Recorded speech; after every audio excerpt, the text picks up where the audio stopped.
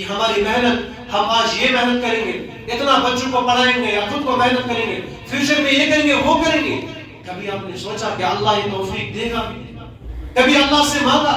اس لیے ہر مومن کی یہی شان ہونی چاہیے جو اس ساتھی کی تھی. اس نے کہا کہ میں رب کے ساتھ شرک نہیں کروں گا، یعنی اگرچہ میرے پاس کم ہے لیکن میرا شیوا یہ ہے کہ میں رب کا شکر کروں.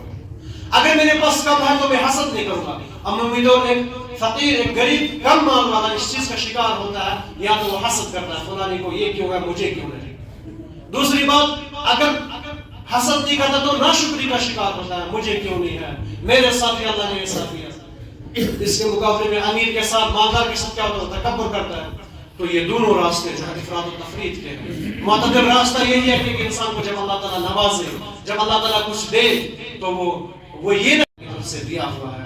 اس لیے اس ساتھی نے اس سے نصیحت کی، کہا وَلَوْلَا إِذْ دَخَلْتَ جَنَّتَكَ، کاش جب آپ باغ میں داخل ہوئے تھے، قُلْتَ مَا شَاءَ اللَّهُ، اگر آپ یہ بات کہہ دیتے کہ ماشاء اللہ، اللہ تعالیٰ کی چاہت ہے، اللہ نے چاہا تو دیا، اللہ چاہے تو رکھے گا، اللہ چاہے تو لے جائے گا، اللہ چاہے تجھے بھی دے گا.